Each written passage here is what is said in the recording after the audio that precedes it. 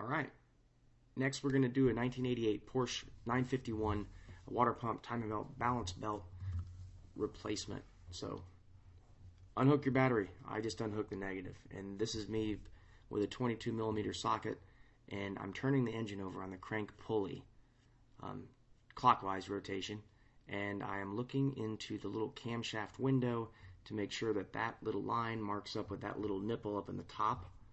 And then I want to verify we're at top dead center by going into the back of the engine, the bell housing, and I'm looking inside there. There's a little window that shows the flywheel, and on the flywheel you'll see this OT and this little indicator and a line. You want all that to line up. If that's lined up and the cam pulley up front's lined up, you're at top dead center. The starter's got to come off because in this case I'm going to put on a flywheel lock. These are bolts that hold a heat shield on there. You don't have to take it all the way off. Just take it most of the way off. It'll make sense. Two 8mm bolts on the back of that starter to get it to drop down. These are the bolts in the front of the starter. With the starter removed, that's where you install the flywheel lock. It goes into the same spot. Nothing difficult going on here. We have to loosen these belts for the AC and the alternator. So you can see in the video here, you just kind of loosen the sides and then turn the actual center part. I mean, it doesn't get any better than this, any easier than this. Lower radiator hose, I undid it here, dumped it into a bucket. Airbox top coming off, pretty basic stuff. This is getting at the bottom portion that's holding the airbox into the vehicle. And of course your J-boot connection here. There's no reason to take off the airflow meter. We're just going to unplug it, leave it on the system, and take it out. Someday. Should have edited that out. Yeah. Okay. Intercooler pipe. This is the one, on the left. You don't have to take the other one off. The cover, it's in two pieces, a bunch of 10mm head bolts. Get these two pulleys off. One was for your power steering and the other was for the AC and the alternator. Let's get this dude out of the way. And the cover off of here for that'll show you your timing belt. This is the tensioner, the one lowest down here. I used a special tool that I purchased to loosen this. We're trying to get the balance belt out, and an idler has to come off as well, or at least get very loose. Now this is a special tool for the upper balance belt gear.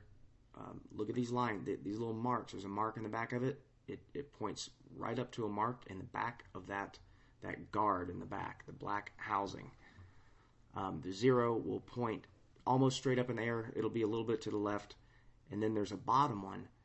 Those keyways need to both be up upon installation. Both keyways want to be up. The zero on this is the upper one is going to be a little left. The zero on the other one will be a little left, but pointing down and to the left.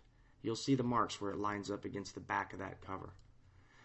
This is the belt before I removed it. Obviously, I'm just testing the tension on it just for personal information. It's hard to get it to turn 90 degrees. That's where it was. Here's the tensioner. You have a lock nut and a bolt. You need to loosen both of those to get tension off of the belt.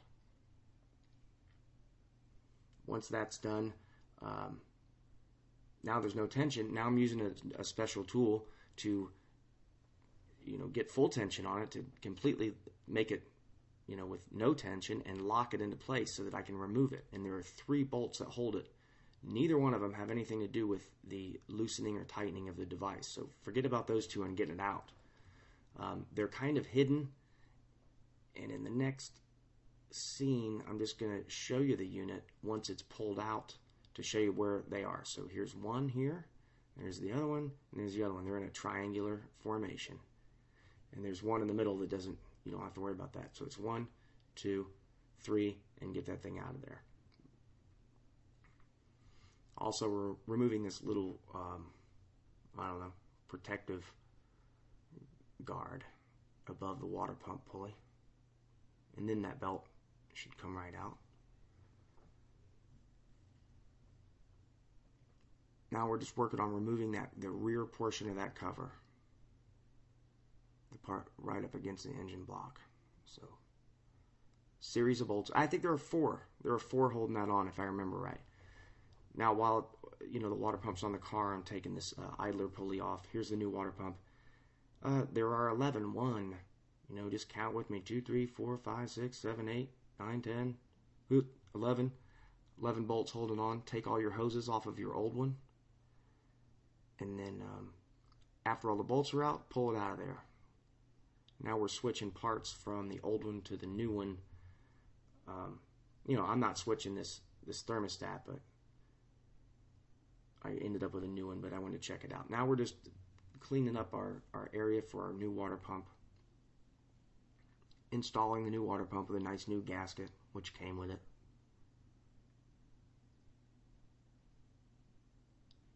And what did I say, 11 bolts, and 4 of them are studs, I think, and the rest are bolts the same length. One of them's really long, actually. They're all the same except for 4 are studs, and one's really long. So they're not all the same. Anyway, roller going back on. This is that rear cover again. The little guard above the water pump. Hey, it's time for this guy. Remember those 3. These are tough to get at, but a little bit of a challenge. I used this tool to tension my belt, so I'm in spec. I got it there by using the tool to get it to the right tension and then tightening those 2 guys. And now we're putting the balance belt back on, and as I said before, you want those keyways pointing up, 0 on the upper one, up and to the left, 0 on the bottom one, down like 7 o'clock position. And you'll see those marks will line up to the rear cover there. And by the way, this car is supported on ramps. That's it. I drove the car onto ramps. Okay, we're just putting covers and everything back on. It's the reverse of removal, everybody's favorite line. This is my homemade breaker bar to tighten up the crank pulley. I am checking for top dead center again. And here I am rotating the engine. I rotated it a couple times just to make sure that nothing contacted and nothing did. Covers are going back on.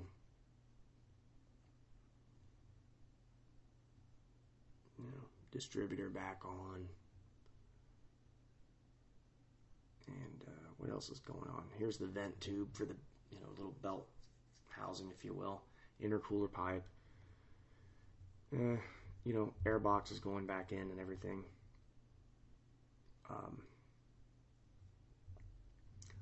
I think all day long this thing took, 4 hours. I got some nice new coolant and everything. It's not really that hard of a job. I hope the video helped you out.